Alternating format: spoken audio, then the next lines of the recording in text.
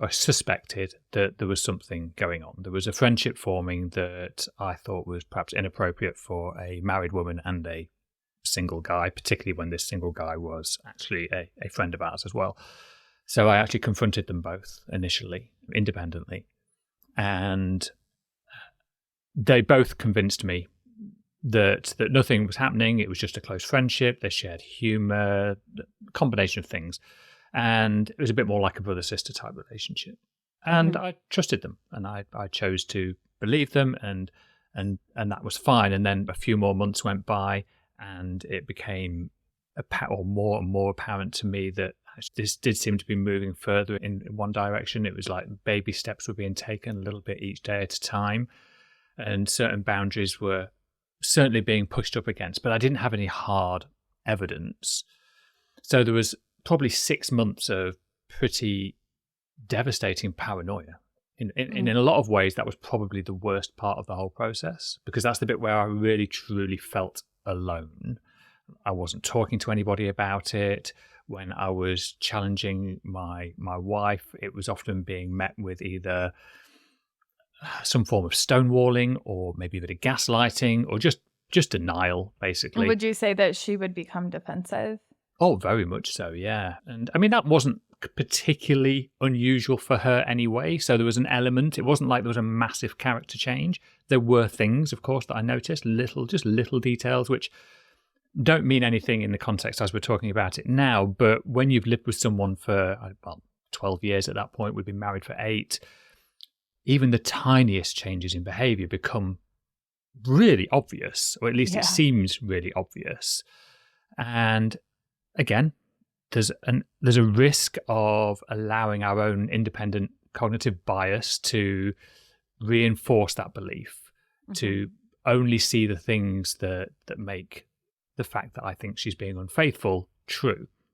So I was really conscious of not wanting to risk actually bringing the relationship to an end myself by putting too much pressure just through paranoia. What if I was wrong? What if I was misinterpreting it? What if they really were just good friends? And to have an expectation that your partner should fulfill your every need is unrealistic. I think I realized that before then anyway, and even more so now. So if there were certain things that she was getting intellectually, from a humor sense, whatever it was from him, but everything was still okay with us, then I was okay with that. But again, something didn't feel right. There was something deeper going on. Anyway, so that's just prefaced a little bit. But when it came to actually discovering that officially she admitted, yes, some emotional boundaries had been crossed. I think they'd kissed, but nothing more than that at that point. I'd already sort of made my decision about how I wanted to respond. I'd had this time thinking about it, processing it, and trying to figure out what was it I actually wanted. Because you often hear people, and I think, again, many people, coming back to the societal expectations, it's like, well, if my partner cheated on me, that's it. I'd kick them out, or I'd be off, or I'd drain the bank accounts, or whatever extreme reaction that you do. But of course, when you're actually faced with it in reality, it's rarely that simple. Relationships are complicated, So you can't just do that. Not at least not without some pretty significant consequences. So I wanted to try and fix the marriage. I wanted to try. I wasn't prepared to just walk away from it. That said, I also wasn't prepared to remain in it just because it was the easiest thing to do, or just because of the kids, or just because of logistics, or just because of finances. It was really important to me that they weren't any of the reasons that we stayed together. And of course, also, I only played 50% of that equation.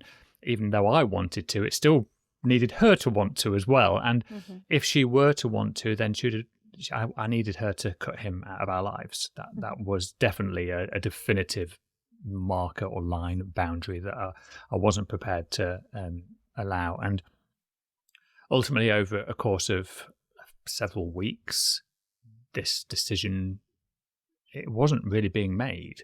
And she was finally in a position where she just couldn't really let go of him, and ultimately decided that I ultimately decided that this isn't working for me. This is too painful for me. This not meeting my boundaries, and so I'm going to stick by them and let's separate.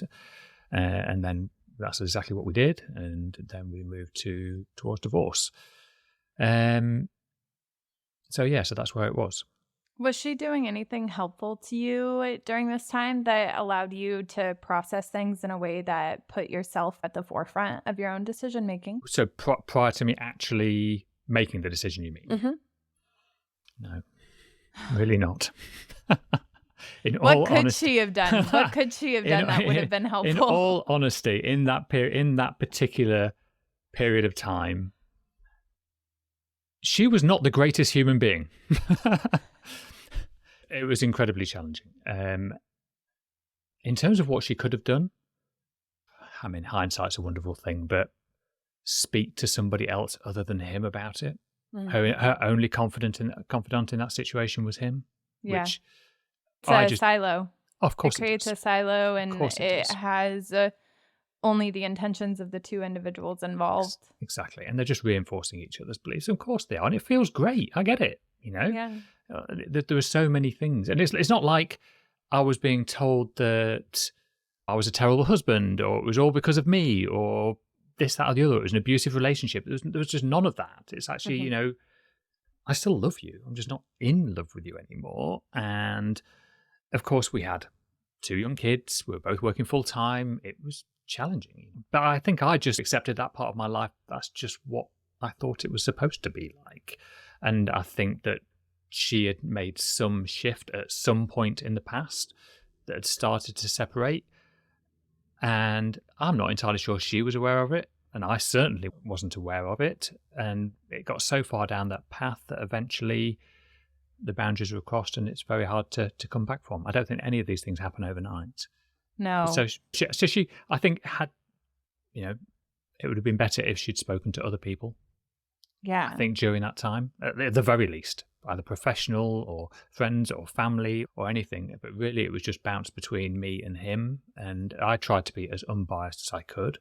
I'm pretty calm-natured, generally speaking. I'm not saying I didn't have some moments, of course, understandably, but I was also capable of having very practical, again, like I said, logical, rational conversations, and really trying to see things from her perspective as well. Mm-hmm. Even though I'd wanted to remain in the relationship, I knew that if she did make that cut, that sever with him, that she wouldn't be able to just turn that off. I knew that would require some healing time in itself. You can't just switch feelings off. So I was trying to be respectful of that. But again, I also recognized that I also wasn't the most appropriate person to be having that conversation with either, because I was also biased despite my efforts to not be. Yeah, finding someone that lacks a personal bias in a very personal situation that you feel safe talking to is hard to come by. Yes, of course it is. Yeah, I think whenever I was in the affair, the only person that I felt safe speaking to was my step-parent, because she had endured it. But then when it was funny, I looked back in my journal, and it was like, I don't know that I really want this person to be influencing my personal decisions. I don't know how much of their current reality is shaped by their own past experiences. And it was really hard to find someone who could be objective and put me at the front of my decision making. I think it wasn't until maybe 2 years post-therapy I understood what it looked like to consider myself in decisions that I was making. Yeah. It was very much the slow death of the people pleaser inside of me. Yes. ever loving people pleasers in us, in most of us, I think. Yeah.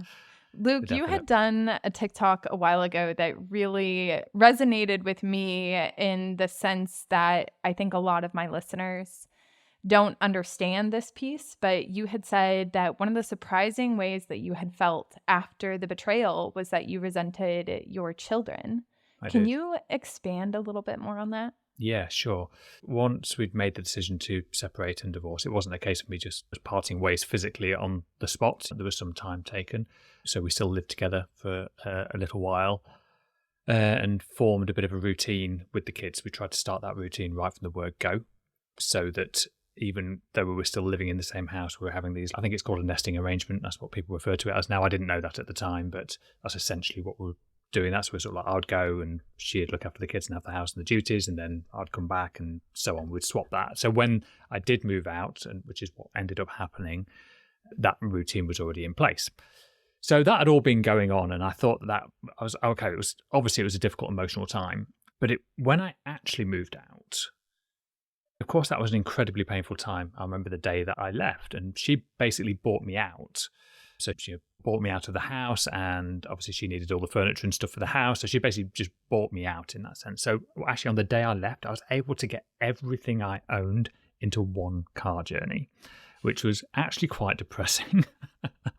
But also quite freeing, because now all of a sudden I didn't have a ton of stuff and I had some money in the bank. But anyway, that aside, when the kids came to stay with me for the first time, so I'd been out for a week or so, and then they came to stay with me for the first weekend, I had this overwhelming feeling of resentment. And it was horrible, because to begin with, I didn't really know why I felt it. I wasn't quite sure exactly what it was, and I'd not really experienced it in the days leading up to it. But I found it really hard to want to spend any time with the kids. I just didn't want to be near them. It was like they were my trigger in a lot of ways. And to begin with, I didn't really piece it together. But then I started to recognize that actually it's because I believe that they're the reason I can't make a clean cut in the relationship. The process of healing and getting over both the marriage, the divorce that we were going through at the time, and of course my wife and my role, my identity, everything that I'd been, all of those things that I felt like I'd lost. I wanted to just pack up and run away. I wanted to do the, burn all the photos, delete all the Facebook accounts, all that. That was like the instinctive, the primal response in me. That's what it wanted. But obviously I love my children, and obviously I wanted to be a good dad. So they were the reason I couldn't have that sever. And because of the way that we'd set up the dynamic in terms of the childcare arrangement, it meant I still got to see my wife like 3 or 4 times a week, often only for brief moments. And of course we were still getting on, but again, that was very challenging. I mean, she did remain in the relationship with the affair partner, so there was like quite a definitive wall in that sense. But again, it just felt like I never really got to part ways with that. So yes, that resentment was both unexpected and like really powerful, like really intense. And I did my best to try and not let the kids pick up on it, but kids are perceptive. I think it's easy when you do experience a bit of resentment to allow it to take control and influence the way that you show up in your relationships. How did you go about managing that and processing the resentment so that you were more free to participate in your relationships with your children? So resentment is, as you say, it's a terrible emotion. It's not useful at all. Or not beyond the first little like nano flash of it, just saying, hang on, there's something going on here. But once you've recognized it, that's it. That's where its purpose is no longer. I suppose it felt initially there was actually quite a lot of force, if I'm honest with myself, like a willpower, like recognizing, probably not how I'd advise myself now, in all honesty. But at the time, it was very much like just bury it a little bit and try and force through it, and know that logically and rationally that obviously I love my kids and I want to be a good father and I want to set an example and all the things, and I want to be there for them, and that just became my priority initially. Like I really focused on them. I put them at the top of the pile despite the discomfort that it brought. And I suppose I did begin to process that more once I started journaling, because that's something I'd not really done before that. But I did start journaling after I moved out, and that really helped process things in ways that I probably hadn't really realized. I'd also got one close friend who actually, in all honesty, was very neutral in terms of the way that he held space for me. He allowed me to just be. And even when I asked questions, wanting answers, he didn't really give them to me. In fact, he responded very much like I would with my clients now. I don't know what's best for you, but I can help you find out. He was putting on his coaching hat, wasn't he? Yeah, he was, but he didn't know that, and I didn't know that at the time. But on reflection, it was a really powerful and useful ally to have in that moment. which helped me just keep focused. And when I was having difficult times, I was able to use that as a resource, as a safety to revert to if I was finding things too difficult, whether it was just a message or a voicemail or an arrange to meet up. It was just a useful focal point. But it was actually a little bit later, and this is when the real shift was made really in terms of my healing journey as a whole. And it was once I realized that as nice as it seemed to put the kids first, as that seemed like the right thing to do, because also that's what everybody else was saying. Focus on the kids, you love the kids, all that love. Use all of this and send it that way. It seemed like the right thing to do. And even though obviously that resentment was telling me it didn't feel like the right thing to do, even though I logically knew otherwise, the real shift came when I realized that actually if I truly put myself first, I put myself at the top of the pile and I prioritize myself in absolutely every area, the kids just got the best version of me anyway. Yeah. And as did everybody else. And of course that wasn't an overnight switch. It was a bit by bit over time. But yeah, I think that was the key gear shift in the head that changed from being stuck in that place of resentment because I was putting the kids at the top of the pile, but then they were also responsible for how I was feeling, or I was allowing them to be responsible for how I was feeling. And once I moved that spotlight from them and onto me, then things started to change. Yeah, I think that the way that I start to reframe the way that I go about my relationship with my kids is that I don't need to put them at the forefront. I need to put what their experience with me is like at the forefront. And if I'm not showing up for myself, then how could I possibly be showing up for them? Yeah, it's a bit like you hear it on like the safety videos of aircraft when you go on a flight. It's put your own mask on first, your own life jacket on first before you help anybody else. And we hear that, we understand it, and it makes perfect sense because, you're not going to be able to help someone if you've passed out from gas or whatever, or you've drowned. And it's no different in our real lives. It's not as obvious. Well, also the value that you're giving your child in that moment is you are modeling self-sufficiency. Exactly. And that's really what it's at. I think that we're so obsessed with what the experience of our children is like that we lose ourselves in the process, instead of it being, what is their experience like with me as a person? How am I showing up in this moment with my children? Am I actively engaging with them? And if I'm not, then why can't I? Why can't I show up in this moment and be intentionally connected with my children? I think the most valuable thing we have in the world is our attention. And that's what everyone is vying for, right? Our affair partner, our spouse, our children. Yeah. Social media. And if our attention is like strapped and it's completely withdrawn because we have this internal torment going on, then are we really giving everybody the best version of ourselves? Exactly. Yeah. Exactly. So yeah, that was very freeing. Can you tell me a little bit about, because remind me, you and your wife are in the process of reconciliation? She remained in the relationship with the affair partner for about a year, I think, thereabouts. Of course, there was a period of time where having him become more and more integrated with the children was another very challenging time. So I'd be lying if I said it wasn't a relief when their relationship did come to an end. Yeah, it was just a whole separate conversation. And we then spent the next couple of years just actively co-parenting, doing our own thing. Spent probably a bit too much time on Tinder and a variety of exploring the world. And yeah, then, I don't know, a year, 18 months ago, we were chatting and we were joking, and we were getting on really well. But again, not in a romantic sense. It was just, we were just good friends and still seeing each other in like the co-parenting dynamic, take the kids for days out and things. And then one of us said, we're still single in 3 months. Why don't we just go on a date again? And it was just thrown out there. And who asked who? Actually, I think I might have asked on reflection. I love it. Anyway, so that is what happened. We ended up, the 3 months went by and we both were still single. And then we had the conversation. It's like, okay, how and why are we doing this? And what is it we want from it? And again, those same questions came up that I had when I was making that original decision, once I discovered, are we doing this for the right reasons? is this just because it's the easiest thing to do? Is it because of history? Is it because of living arrangements? Is it because of the kids? Is it because of all of the things? Or is it just because the dating world's so difficult? But whatever the reason was, it's like, what are the core reasons behind what we're doing? And of course, so we decided to spend 3 months being very discreet. After the kids had gone to bed, I'd come round and put the kids to bed, and then I'd stay for a couple of hours. And it just built like that. And we decided in that first 3 months, it was like, no, we weren't considering ourselves exclusive, although neither of us were seeing anybody else at the time.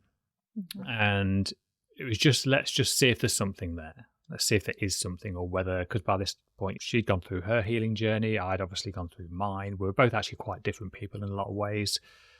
We had very different objectives and goals, looking for the future. So we're like coming together as two new human beings in some respects, but just with the added benefit of sharing the same children and having some life experience together. Mm-hmm. And yeah, so we got to that 3-month period and had the conversation again. It's okay, yeah, this is fun. This is something that we both still want and is interesting, and we can see a future, even though we don't know exactly what that looks like. And then we really applied the concept that I help some of my clients with, and that's the want match. It's this list of things that you want as an individual and that your partner wants as an individual, comparing them with each other. How many of those things align? How many of things don't? Of the things that don't, can they be got elsewhere? Through different friends and family and connections and things. And just revisiting that, are the things that we want in life still the same? So we don't live together, and we've actually currently got no intention of living together. We may in the future, who knows?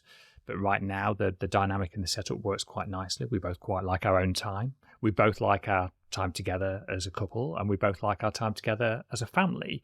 And although it's unconventional in many ways, and I would have never predicted it, works really well, because it means. Do you enjoy it? Oh, I love it, because it means that Does she enjoy it? Yeah, I think so too. It must work really well. Yeah, because the time that we spend together is so intentional. The time I spend with the kids is so intentional. It's completely different. So the kids still come and stay with me. The routine's still the same. Everything's pretty much the same, other than we are together. So it's, yeah, and I suppose, like they say, if it ain't broke, don't fix it.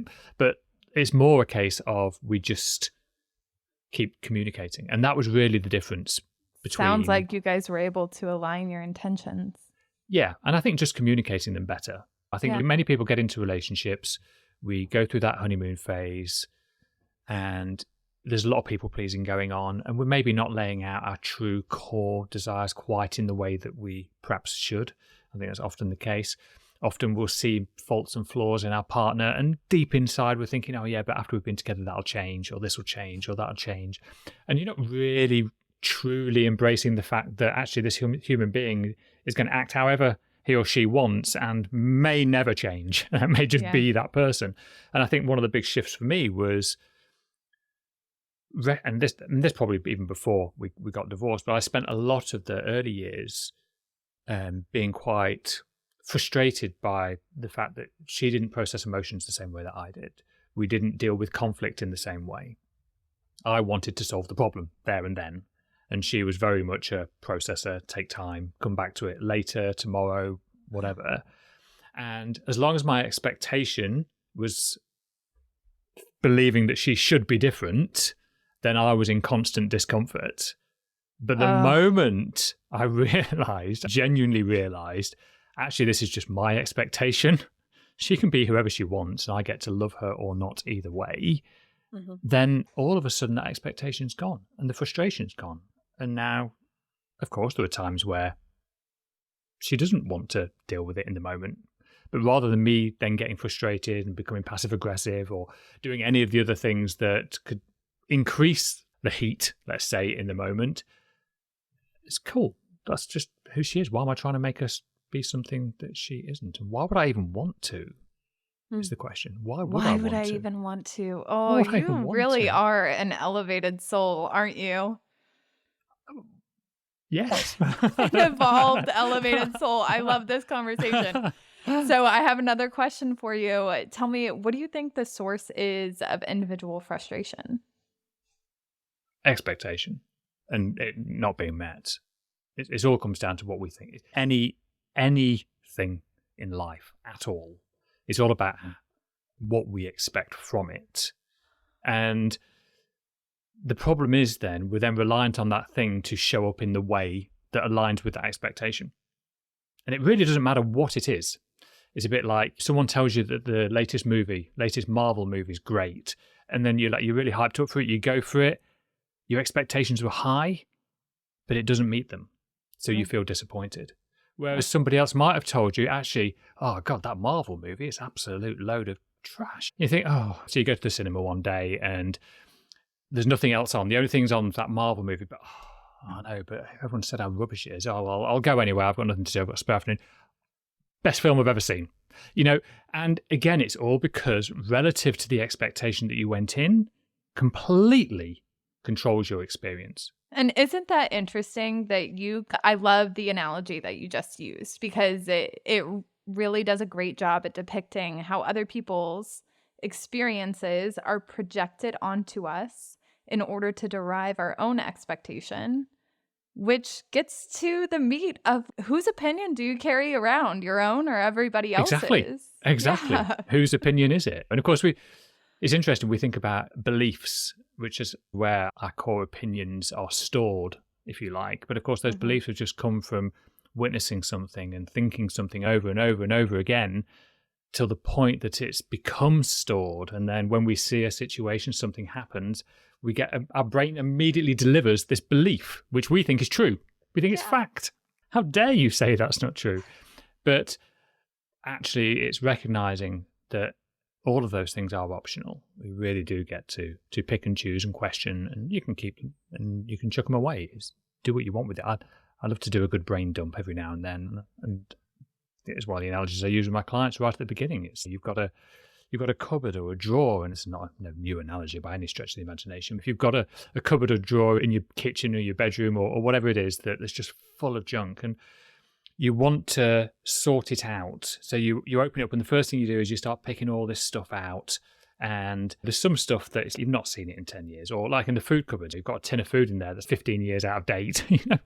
Or you just don't like that anymore. It's like, okay, we're going to get rid of all of that. But actually, there's some things that I really do like. There's some things that I love. I'm going to put them back in the cupboard, and I'm going to put them in prime position because they're the things that are important to me. Plus, I'm going to give the cupboard a bit of a clean in between. It's exactly the same with our brain, our thinking. It's every now and then it is worth just opening that little door on the back of your head and just having a little bit of a clean out, get rid of the stuff that's no longer serves you, question it, check it, is it okay, check the date on it, and then put back in what works. And I think you can't go far wrong with that. Oh, I love this conversation so much. Can you tell me a little bit about your own experience and how your thoughts affect the way that you feel? I suppose we simplify it. If you have something that you want to do, whether let's say it's a task at work, or something you need to do, or something that you have planned to do, if you're feeling motivated and driven and excited, then the way that you show up and perform that task is going to be with that feeling of energy. You're going to get through it. You're probably going to get it done quicker. You're going to go the extra mile. You're really going to work hard for it and achieve the thing that you're hoping to achieve. Whereas if you approach that same thing feeling despair or emotionally tired or resentful or bitter in some way or angry or unjustified or whatever it is, then the way that you would then approach that task is going to be completely different, and you're not going to get through it. You're not going to achieve it. So in very simple terms, it's a case of if you want to achieve something, whatever that is, this can be a physical thing, it could be an emotional thing, it could be a relationship thing, then having a positive, or I prefer to say a wanted emotion to drive that action is going to be the key to achieving that thing. And so that brings us that question of what is it that's creating that feeling? Where's that feeling even coming from? Feelings, in the way that I coach has been, as a descriptive method, is a vibration in the body. It's the physical experience that we have. It often feels like something happens and then we feel something. That's what it seems like. That's what most people witness. The thing happens, the event, the partner says something, there's some comment being made, or you witness or you discover that your partner's been unfaithful, or whatever the thing is, and then you immediately feel the emotion. But when we link that back to those expectations we were talking about before, if the expectation that you had was that the person was going to do that thing or was going to say that thing, then it's not going to cause a challenging emotion for you, and therefore you're still going to act in line with it. Whereas if it's against your expectations, then how you think, it shouldn't happen. That's wrong. They shouldn't have done that. They're rude. They're inappropriate. They're unprofessional. Whatever the setting, then that's going to create a feeling, a much more unwanted feeling, or much more unuseful feeling, and which will then ultimately create something that you don't want in your life. So I know that anything that I face, if I am feeling something that, I don't really like to use the term negative and positive emotions. I'm not really a big fan of that. I'm much more a wanted and unwanted emotions, because I believe there are emotions that are very appropriate for certain situations. We might go to a funeral and not really want to be feeling like excited. And there might be other situations where the opposite is true. So it's about finding an emotion that's both true to you, that you can really feel and resonate with, but also is appropriate for that situation, that will help you drive whatever it is that you do to create the results that you want in your life, whatever that looks like. Luke, do you have any thoughts on kind of the state of relationships that do experience infidelity? In what sense? So just say that again, sorry. Do you have any thoughts on, how do I phrase this? Basically, there's a lot of commentary on TikTok where it's the blame game. Yep. Oh, the marriage was already ruined. Oh, the marriage was in a state of disarray. That spouse never even, that spouse was neglectful towards the other spouse. Do you have any thoughts on the state of a relationship when infidelity strikes? I think the first thing that's really worth pointing out is that every situation is different. They're incredibly nuanced. We've spoken about societal expectations and the problem with them. The problem with them is that there's just one expectation and they're not yours. So assuming that one size fits all is always going to leave us in a place of disarray, shall we say. In terms of common things that, or relationship statuses, if you like, that the stage of which a relationship is that leads to betrayal, again, it can really vary, because I would like to say that a relationship where there's poor communication, arguably that was true in my case, that I thought it was good communication, but it turns out there was obviously some missing link that I didn't realise wasn't there. And I think it's not worth, there's no point in beating myself up about that. You cannot know what you do not know. And I think, again, I wasn't intentionally coming here with all this expectation work, but it seems that it keeps coming up. But if I had the expectation that I should know, then I'm always going to be in a very uncomfortable place. In terms of, I'm trying to think what the... That's okay. Yeah. I think that I can probably give you a little bit more rope here. I think that usually the state of the relationship is an uninformed one and an uneducated one. I think that we engage in relationships before we actually understand the purpose of relationships. And so I'm trying to lead you a little bit there, and I'm probably not asking the right questions. No, but okay. How often do we engage relationships before we actually understand what it means to operate as an individual inside of a relationship? We don't. We're not taught at all. We're not taught at all how to be in a relationship. We are taught to be, a variety of things. We're taught to be dependent on other people. That's one thing. I remember believing myself that my partner completed me, and thinking that was a really good thing to say and a really good thing to think and believe. And I'm thinking, on reflection, it's like, how useful is that statement? Because that means that I'm now completely dependent on that person. And given everything we've already discussed, that can be quite a dangerous place to be, because I don't have any control, which is ironic, because I thought I was a person who wanted control. So in that situation, what do you end up doing? You end up people-pleasing.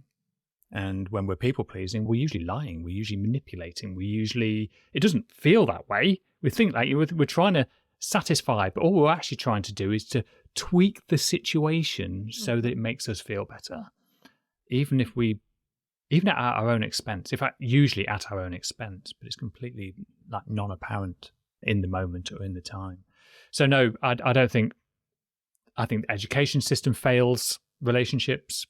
I don't think, unless you've been very fortunate and you've got significant either primary caregivers, parents or family or friends that can really model a true secure relationship from an early age, then to be fair, most of us don't stand a chance. But that's okay. At least we know that.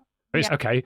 So what we can do as we're learning it, and as I'm still learning and will continue until the day I die, is be able to try and pass that down through education, through the content that we create, through my own podcast, through conversations with my children and my friends. And it's interesting, a lot of the people who listen to my podcast are just my mates. And none of them have been through infidelity. They just apply a lot of the stuff that I talk about, and it changes their lives, or it has some significant impact on their life, or it improves a relationship. They connect with someone that they'd shut out because they were so bitter and resentful for. I don't have a one magic pill that says, yep, this is the thing, because I don't believe in that anyway. But just being intentional and recognizing that actually, okay, I'm under-equipped. I don't know how to be great in a relationship. Generally speaking, if you don't know how to do something, you try and figure it out. Yeah. But probably don't do it by looking at the people across the road, because they'll be doing the same as you. I love that. So if it's not looking at the people that are across the road or leaning into your family, asking the same sources that got you to the place that you're in today, little keynote there. Yep. What do you think that they should be doing? Well, there's two things. One is you actually actively seek professional help. That's definitely one route. It's not the only route, but it's definitely one route. But really, it's just truly asking yourself, it's like, what do I want? What are my core values? And I think this is such a great measure. Who actually lists out their core values? Just write the top 5, top 3 even. But if you can get more, great. What are your core values as a human being? And then every action that you take, is that in line with my core values? And that will, I guarantee you, that will lead you in a better direction, no matter what it is. Yeah, absolutely. I completely agree. I think that when we act without intention, we are just reactionary. And if we're just reacting to the circumstances that we're in, are we being intentional about where we want to go? Exactly. Luke, I think one of the other things that I would like for you to share with our listeners is how, and this is so weird. Whenever I first thought about you and I doing a podcast together, I was like, oh my God, this is going to be like having a conversation with a betrayed husband. Is this going to be like me talking to my ex? Is it? No, not at all. I only connected so I could come on and shame you. No, I'm joking. I love you. But I would love to know, for the wives who have betrayed their husbands, how can they create within them, I guess, or not even within them, but create a dynamic where the person that they betrayed feels safe enough to disclose some of their innermost thoughts and feelings that they previously haven't before?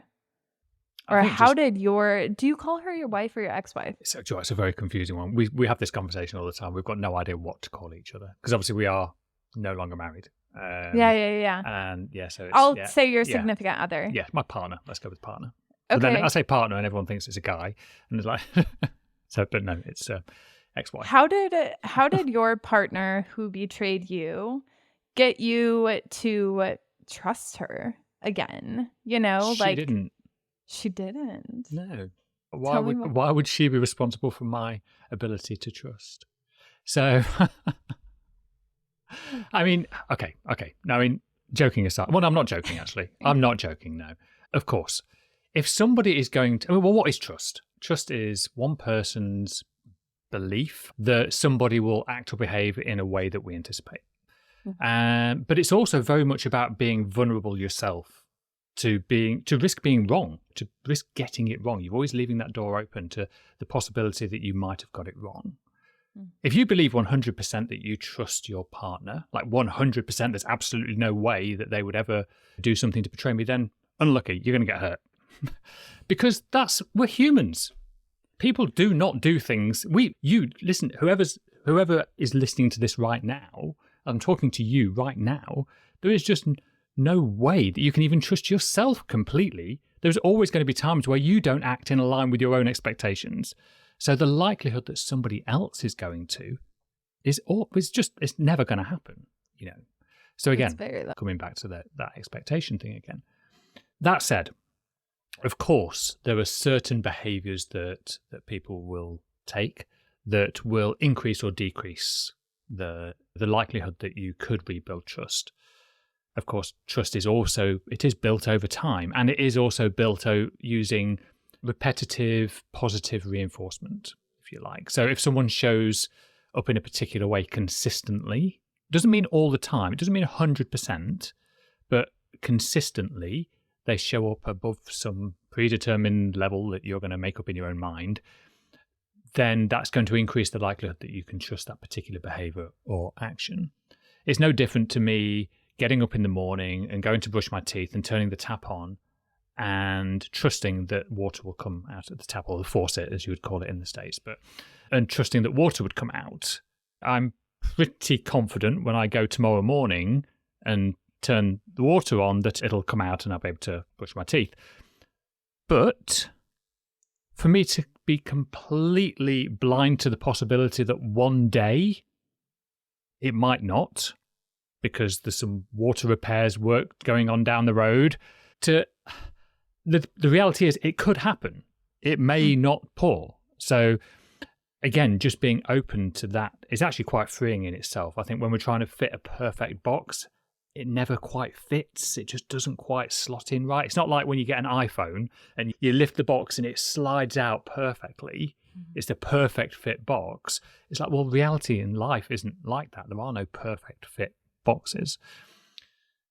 Of course, if your partner is, or if you, as the unfaithful, if you continue to show up in ways that are untrustworthy, if you do continue to use things like you become automatically defensive every time you get questioned, then of course that's going to make it harder for the betrayed spouse to trust, because they need to be able to see in a little bit. They need to be able to communicate with you, and you can't communicate with someone when the walls are up. And I get it. There's a lot of guilt, and there's shame, and there's all kinds of things being experienced. And I know you'll be able to talk to this, Chelsea, that there's, again, you're turning very inward. It's interesting, both the betrayed and the unfaithful actually experience much of the same emotions. I completely agree. Yeah, it's very similar, very similar. But we're just on like some opposite side of the fence. And what ends up happening is we end up building this wall between us, and then we can't see each other anymore. And then the only option is to throw bombs at each other over the wall, which is just not useful. It's no, hang on, let's start brick by brick, start just taking that wall down. And that does start with that communication. And just, again, if you are easily triggered, or you find it very hard to have a conversation without immediately feeling defensive or wanting to try and justify, just do a little bit at a time. Don't overwhelm yourself.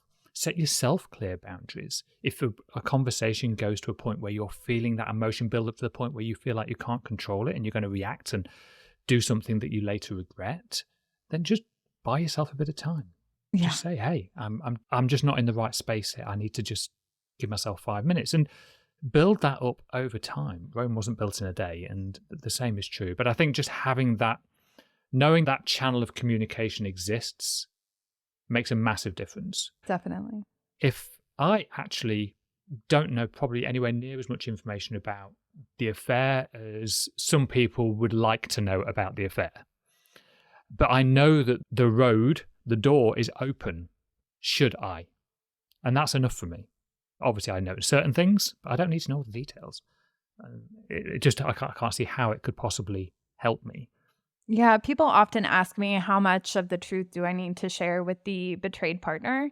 And I'm like, you really have to discern what the purpose is of sharing those details. you are not obligated to reveal information that could be detrimental to the future, and the past is done. And what are your thoughts, Luke, on how much of the truth needs to be shared with the betrayed party in order for them to get to a place where they can rebuild trust or have a willingness to even consider rebuilding trust? There's multiple schools of thoughts on this, and I've heard some people say that you should really just lay it all out, which I don't personally agree with. I don't think I love the idea of radical honesty. I do like that. But human beings... Sometimes brutal honesty is more brutal than it is honest. Exactly. And that's the problem. Again, much to what you said, it's what's the agenda? What is the purpose? If you're just doing it to make yourself feel better in some way because you believe that somehow alleviates your responsibility of the situation, then no, it's not coming from a clean place. As far as the information that you should or shouldn't divulge, I think really that comes down to the question from the betrayed. If they want to ask questions and find stuff out, then you should be open to providing that information. Again, the graphic details aren't necessary. It just doesn't make a difference. And from my experience, both for myself and with my clients, when we're talking about, again, just offering some perspective from the betrayed, is although we have lots of questions, the reality is it's not useful, because for every answer that we get, it just creates more questions. There's never an end game. So by you might think that you're laying it all out and saying, oh, here's everything. But we're talking about events that have happened in the past, and best will in the world, we all interpret things differently. Our mindsets were probably different at the time. There was other chemical things going on in our body that made us think and feel like this was the right thing to do. Whereas on reflection, is now, actually, I can't understand how I ever did that or why I ever did that. And obviously this is assuming the dynamic where they realise that the affair isn't for them, and it is all not a mistake. I don't want to say mistake. Is not. It's a choice. It was a it's learning always a choice. Experience. A learning experience. That's a good recovery. Thank you for me. But yeah, exactly. And it's fascinating. It's interesting because whenever I put myself in the shoes of the betrayed, I think, okay, like I understand how wanting this information will get you to a place where you will have more understanding. And I do think that where there is understanding, there is an ease and forgiveness. But there's also something to be said about your ability to comprehend another person's existence. I think that the only capacity and bandwidth that I have that can be utilized in a productive way is comprehending my own understanding of my own experience and giving people the freedom to be like, okay, you're going to make decisions that are all about you, and that has nothing to do with me. Has absolutely nothing to do with me. So like it was like this futile effort, I think, whenever I try to put myself in the betrayed shoes. I'm like, okay, I get it. Like you seek understanding in order to provide forgiveness for this person so that you can move forward. But I think that there's a point where you're spiraling. You're really reaching for information that isn't going to bring you healing. If anything, it's just going to muddy the waters a bit more. Exactly. And like I say, from the betrayed side, I wouldn't recommend going actively seeking all the information. It just doesn't make a difference. Your brain is going to offer you a pretty descriptive view of how it thinks things went anyway.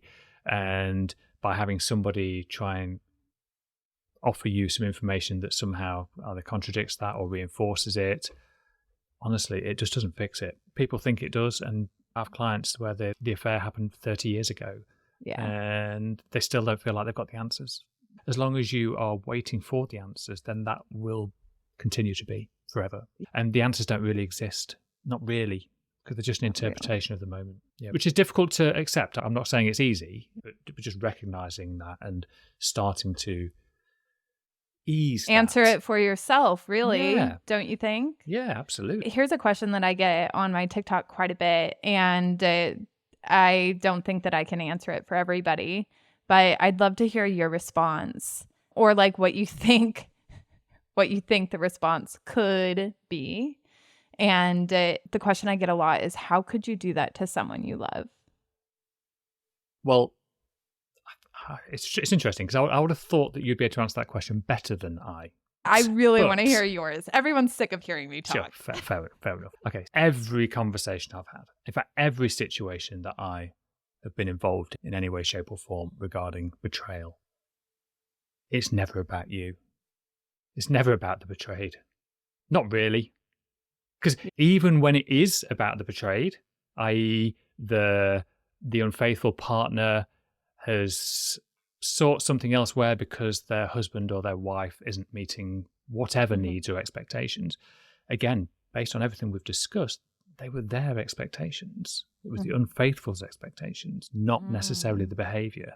Okay, of course, some relationships really should come to an end. Abusive relationships, there's certain things that actually you just need a way out, and that's fine. But that's not what we're talking about here. We're talking about when we're just creating this image, this dynamic of this terrible partner and then justifying that somehow.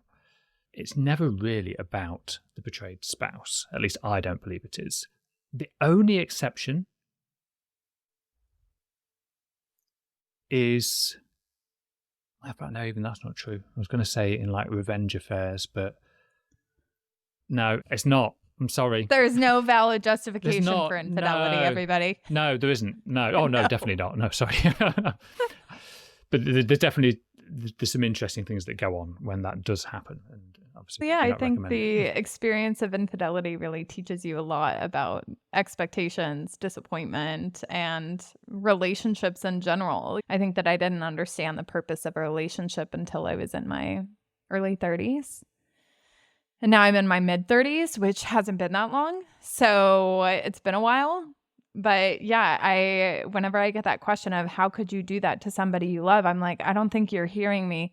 I didn't do something to somebody else. I did something for me. It was completely without concern over how my decisions impacted somebody else. All I knew was I had these deep unmet wants and needs that I was ashamed to vocalize to the people that loved me in my life at that time. And circumstance will do something to an individual, right? Like the circumstance of infidelity has thrown me into a trajectory of self-discovery that has now landed me on a podcast with you, which I am so grateful to even have this conversation with you, Luke.